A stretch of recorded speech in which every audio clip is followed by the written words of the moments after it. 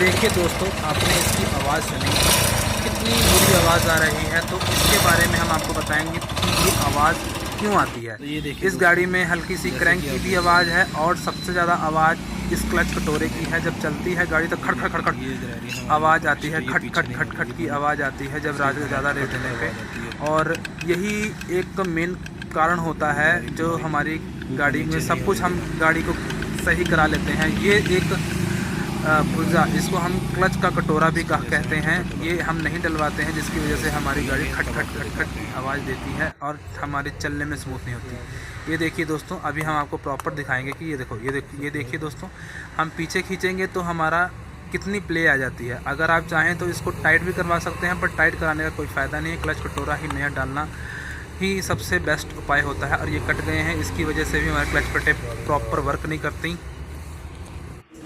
तो देखिए दोस्तों, हम इसमें नया सेंटर क्लच कटोरा फिट कराए हैं खरादिए से।